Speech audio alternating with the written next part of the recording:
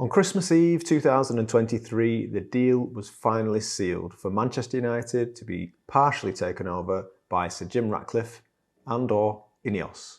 In this video, we are going to review the financial details behind the transaction, looking at the forecast for the future when it comes to the finances of the club and whether the club needs to be worried from an FFP perspective. My name's Neil Wood and I am a football finance professional. This channel, Football Finance Professionals, is dedicated to teaching you about finance through the medium of football. So if that sounds of interest to you, make sure you leave us a like, subscribe to the channel for future football finance related topics, and make sure you leave your comments below if you've got any questions or comments on this particular video or any of our others. Please feel free to have a browse at our content. So on Christmas Eve, Manchester United fans got a Christmas present slightly earlier than expected, although the process for the takeover, or partial takeover as it now stands, was quite drawn out. It took more than a year for the process to complete. In summary, it's been announced that Sir Jim Ratcliffe has acquired 25% of Manchester United PLC for just over $1.3 billion. That's a $33 per share price. And what's initially going to happen is that Sir Jim will acquire the Class B shares. For those that don't know, Manchester United has two different share types, Class A and Class B. Class A are for non-Glazer shareholders, and Class B shares carry more votes to the tune of 10 times more votes than the Class A shares, and they're exclusively owned by the Glazer family. Until now. Sir Jim Ratcliffe is now the proud owner. At the point of ratification by the Premier League, he will be the proud owner of 25% of the Class B shares, carrying the same voting rights as the Glazers. And that's the first point to pause and understand that any transactions in the past with the Glazer family, where the shares held by the Glazers were released to any other party, they automatically converted to Class A shares, losing that 10 times voting power in comparison to the Class A's. That meant that the Glazers could sell shares and remain in control of the whole group of Manchester United, but still realise the value as they have done over the time of their ownership. This, however, is different. Sir Jim has structured this deal in his favour to retain that 10 times voting right as per the Glazer family. In addition to this, Sir Jim will acquire up to 25% of the Class A shares from the other shareholders, and that's an indication that the Glazers were worried that there would be potential lawsuits against them, being the Class B shareholders, and skewing value away from those other shareholders in the Class A category. And there were some big hitters in that category, with institutional investors having taken Class A shares from the New York Stock Exchange. So it's not a fight that the Glazers would have wanted to enter into.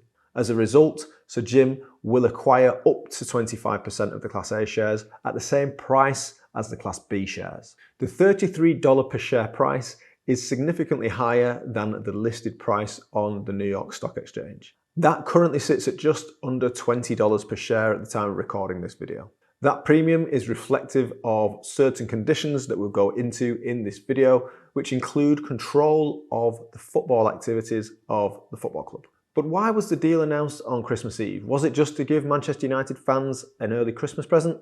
Well, no. The headline was that it would allow the Glazers to file with the SEC on Boxing Day, as they would open the day after Christmas Day. But the timing, not necessarily whether it's Christmas Eve, Boxing Day or thereafter, around about that time means that there's significant consequences before the end of the year deadline, the 31st of December deadline, to file accounts with the Premier League potentially. And we'll get into that in just a moment. So Jim's shares have been acquired through a vehicle named Trawlers Limited. And that's a throwback reference to Eric Cantona with his seagulls following the trawler quote. It's a newly formed entity and it's registered on the Isle of Man. So we know very little about this entity and will likely know very little in the future. It's got no trading history and it's newly incorporated. That's an important point because there's separation between the Ineos investments of other clubs, OGC Nice and FC Lausanne, and this particular investment into Manchester United PLC, which we'll go on to in just a moment, so make sure you stay tuned for that. What's interesting about this particular transaction is that money just didn't change hands between Sir Jim and the Glazers, but as part of the agreement, there has been an additional commitment to invest up to $300 million into the football club through equity. This is significant for the club on multiple levels. It's a step change to what's happened in the past during the Glazers' ownership, who have simply just extracted value from a cash cow through dividends and obviously through the interest from the debt that was placed upon the club by the current owners. When it comes to the additional $300 million that will go into the club, $200 million will be sealed at the end of the deal and another $100 million will be sent to the club by the end of the calendar year 2024. The big question on everybody's lips, particularly Manchester United fans, is what is this money going to be used for? I'm sure board members would want it to be invested into long-term assets, such as infrastructure assets, into the academy, training facilities, potentially Old Trafford, although Old Trafford is going to need significantly more than $300 million spending on it to bring it up to standard. Historically, football clubs with any cash burning in their pocket will burn through that on players. And Manchester United fans are going to be screaming out for additional talent if they do not perform on the pitch as expected. And at this point, expectations are that Manchester United will at least qualify for the Champions League each year. Both shareholders and fans would expect that because it has a significant financial impact on the shareholder side and it signals their intentions and their ability to compete on the pitch in European competitions, and that's what fans really want to go after. Ultimately, they would also like to be able to compete for the Premier League title, but is that realistic at this stage? Some would say no. In addition to the financials that we've just reviewed, Sir Jim will take 2 seats on the Manchester United PLC board and the MUFC Football Club board. In addition, he will also take responsibility for all football operations, and that's likely to be defined on a cost centre by cost centre basis to be able to divide the club into specific elements that Sir Jim has responsibility for and specific elements that the Glazer family have responsibility for. What we do know about football operations when it comes to Sir Jim's remit is that it will include men's, women's and academy football. That's important because women's and academy level spend is relievable for the whole group and even the entity's FFP projections. That includes the Premier League regulations, profitability and sustainability, and UEFA's newest version of FFP, which is financial sustainability regulations. Sir Jim does have the right of first refusal if the Glazers were looking to sell any of their other shares, which means that a full takeover could still be on the cards. The reverse also applies if Sir Jim wanted to sell his shares, the Glazers would be able to acquire them back before anybody else. It will come as somewhat as a comfort to fans that Sir Jim has confirmed that he will not load the club with any further debt, but he hasn't said that the debt in the club in existence already will be cleared. So expect that to remain on the balance sheet. Now that is an important point because it's formed a lot of the financial related problems that the club has had so far. That's in the form of cash outflows in the interest coupon and contributed to the FFP issues that Manchester United has had. And we've covered this in a previous video, so if you want to take a look at that, please click the link above. At this point, when we're recording this video, we are still awaiting Premier League approval, but if Sir Jim doesn't pass the owners and directors test for acquiring a partial share of Manchester United, then who will? So from that perspective, Manchester United fans can expect a rubber stamp on that point. But what does the financial future look like for Manchester United? Well, this week we were talking to Fortune magazine about the brand value and football finance in general in the context of the Manchester United takeover. We will leave a link to the article that we contributed to, written by Ryan Hogg over at Fortune magazine, in the video description below. So if you want to take a look at that, please feel free. In that article, Ryan Hogg quotes the previous vice chairman of Manchester United, Ed Woodward, and he has previously said in 2018 that playing performance doesn't really have a meaningful impact on what we can do on the commercial side of the business. That was nearly 6 years ago, and since then, Manchester United have been going in one direction when it comes to football performance. They have not met the historical standards that they expect, particularly from a fan expectation perspective. And although the commercial side of the business is a lot more robust than most of the rest of the world when it comes to football, how long will that last? Some might say a generation. Can a football club that does have brand value that goes way beyond that of most other football clubs in the world and is hitting potentially alongside Real Madrid to be the biggest brand valued club in the world, can it be sustained if football isn't going particularly well on the pitch? How long will brands stand by another brand that is living on borrowed time? Leave your thoughts in the comments below about that particular point, because in Manchester, where I live, whether you're a blue or a red, is something that goes beyond generations. But will new generations now that don't particularly understand the reference to the successful days of Sir Alex Ferguson really want to follow a Manchester United team if they were given the choice by their parents, uncles, grandparents, etc.? It's a really interesting debate. So make sure you read the article and leave your comments below. But what about FFP? Financial sustainability regulations, or even profitability and sustainability?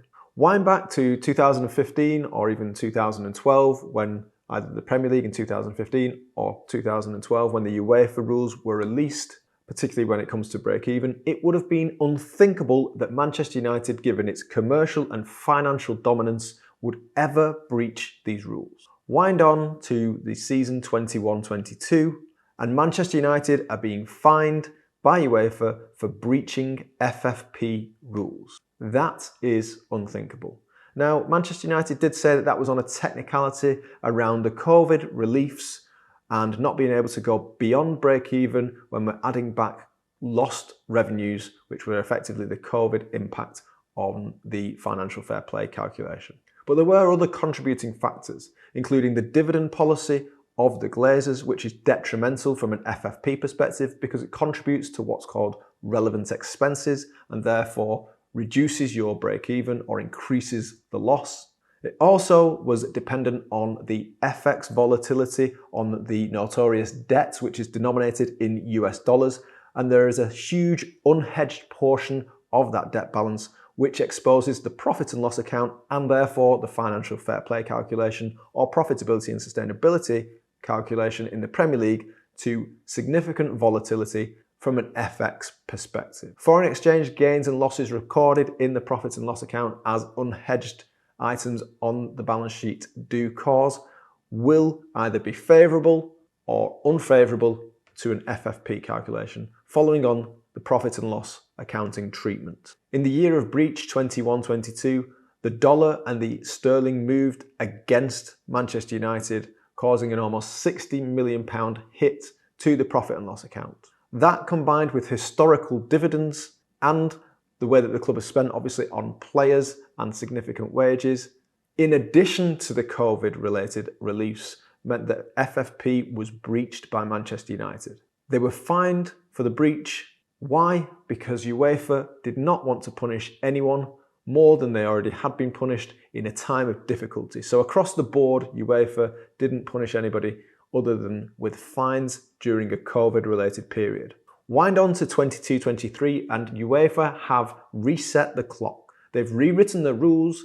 Break-even is now called football earnings. The losses that you're allowed to incur are doubled, and there are different rules that clubs have to adhere to, including a squad cost rule and ratio that everybody needs to understand in the football world. Broadly, the rules around FFP, as they've historically been known, or FSR in the UEFA world, are tightening around the clubs. In addition to that, from Manchester United's perspective, and this is really interesting when it comes to the transaction itself, is that the Premier League rules are also tightening around those clubs. Premier League rules are a lot more relaxed from a loss-making perspective. Although the rules are similar, there are distinct differences, and given the way that the Glazers have run the football club, Manchester United are restricted in comparison to those clubs that have rich benefactors that put money into the club in the form of equity. Equity injections allow clubs to lose more over a monitoring period, which is usually 3 years but is 4 years in a COVID-related period, because COVID effectively meant that 2 seasons bled into each other and an average of those 2 seasons is taken.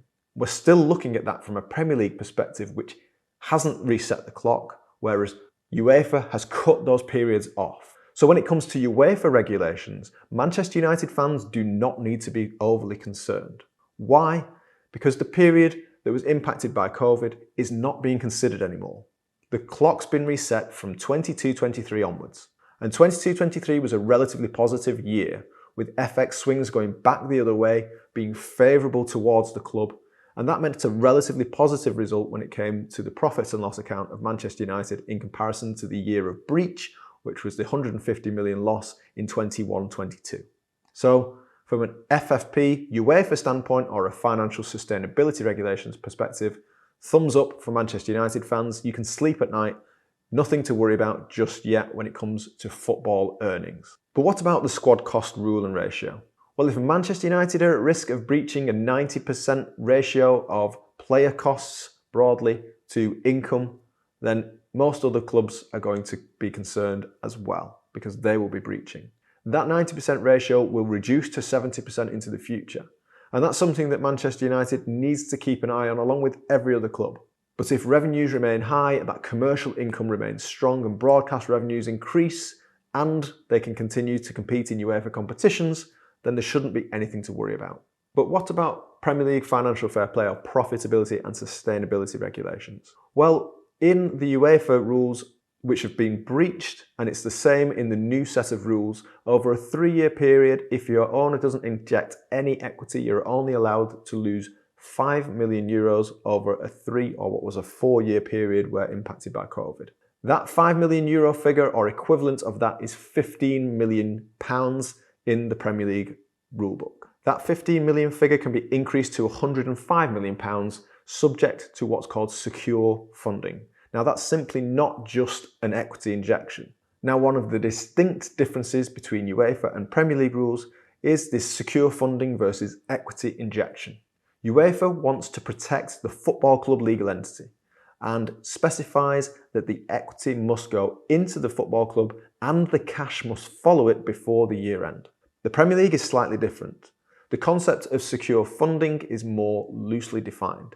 And we've seen this recently from a report that's been published by Matt Slater in The Athletic, and we'll link that again in the description below, whereby Manchester United told journalists that their overdraft or revolving credit facility met the definition of secure funding in January 2024 when they released their first quarter 23-24 financial results. That's a little bit odd from our perspective, because although secure funding is slightly different when it comes to its own definition in comparison to the equity required by UEFA, it does specify that loans do not meet the criteria. In fact, let's have a quick look at the definition. Secure funding means funds which have been or will be made available to the club in an amount equal to or in excess of any cash losses, which is a defined term within the Premier League handbook, which the club has made in respect of the period from T-2, so that's 2 years prior, to make up to the period ended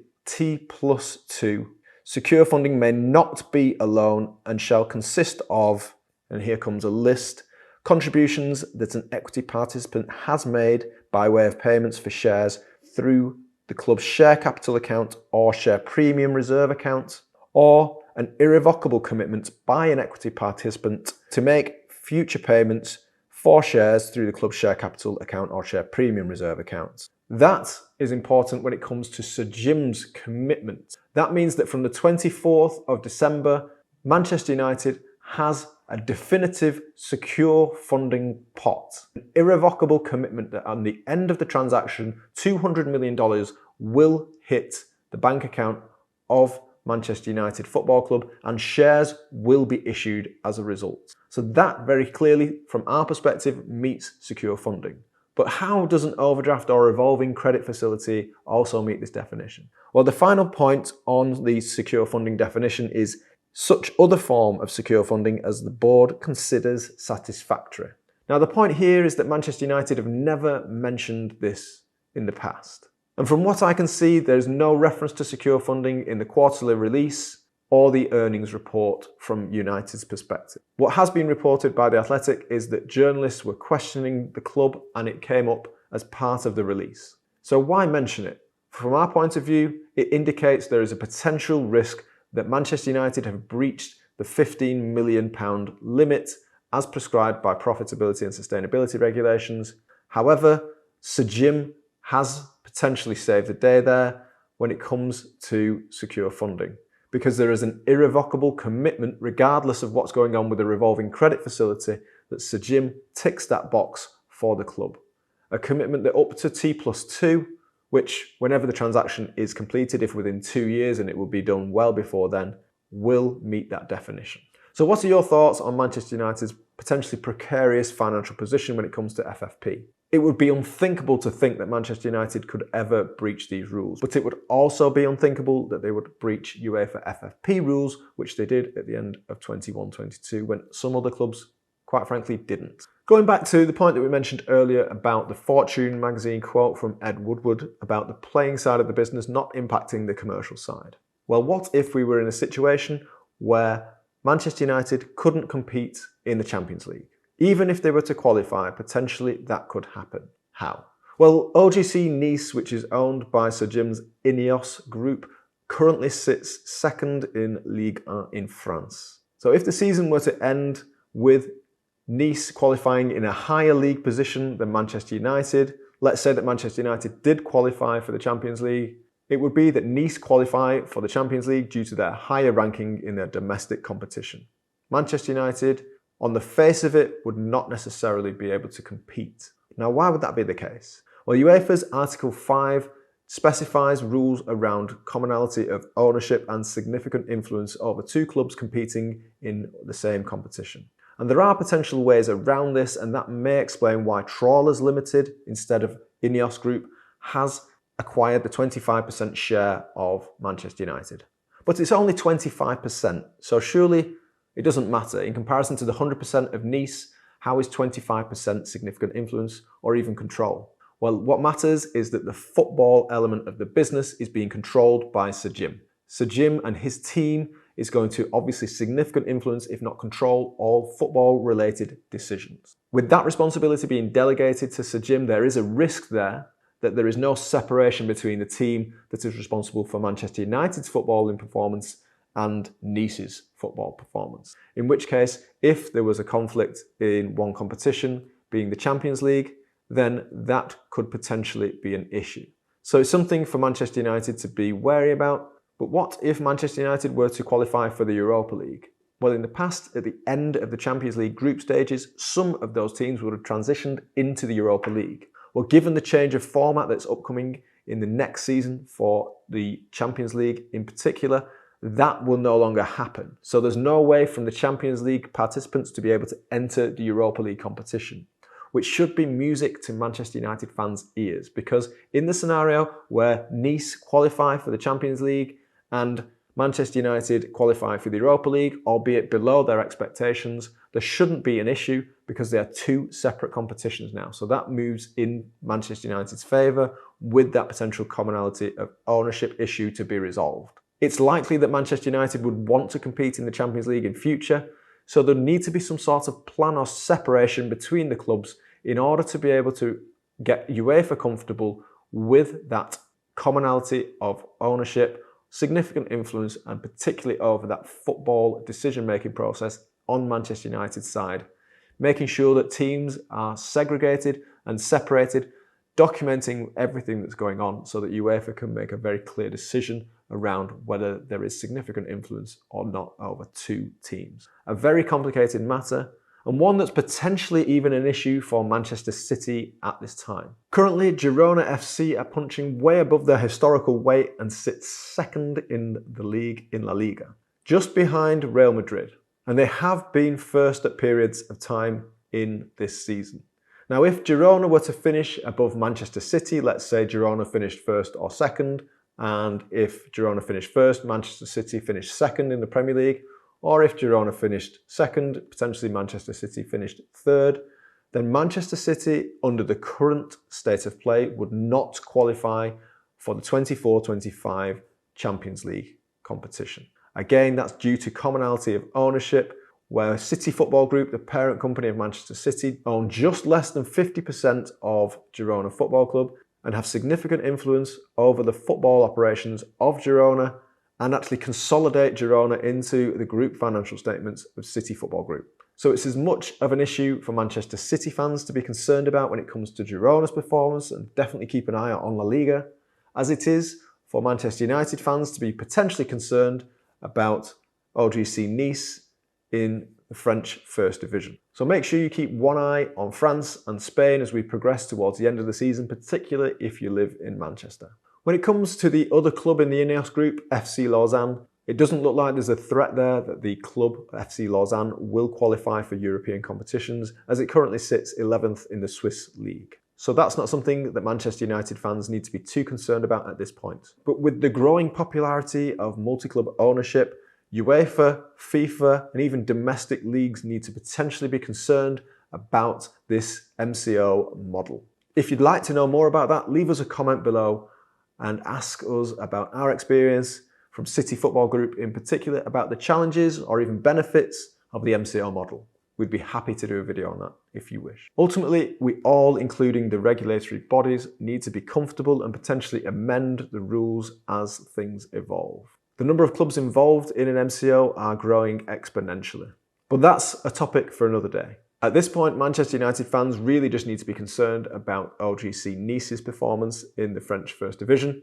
And if you are a United fan, I hope from your perspective that Sir Jim has been taking some advice on how to structure this deal and how to make sure there's separation between the two football clubs if it was needed. Because for sure it will be needed in future when Manchester United do qualify for the Champions League. But what are your thoughts on Manchester United, the recent takeover? Is it a positive step for an historical club that has its rightful place at the top of the pyramid when it comes to English football? Does it look like Manchester United have breached or are about to breach FFP? Leave your thoughts in the comments below. Is Sir Jim a good fit for the club, given what you've read or heard about so far? And will it result in a 100% takeover from the Glazers, potentially wiping out debt, restructuring the club, and putting football first in an entity that has been very much business first and football second throughout the Glazers' ownership? It looks as though Manchester United have already potentially turned off the dividend tap. Is that as a result of Sir Jim looking into the future from an FFP perspective? Is it going to sit well with institutional investors and those that are used to a dividend being paid by Manchester United PLC? And does that indicate that the share price may change if dividends are not going to be paid in the future? All of which are questions that we'll look to answer in future videos. So if you like the video, make sure you hit like. Subscribe to us for more football finance related topics. My name's Neil Wood and I'm a football finance professional. We thank you very much for watching until the end. Please leave us a comment, hit the like button, subscribe, and we'll see you in the next one. Thanks, bye bye.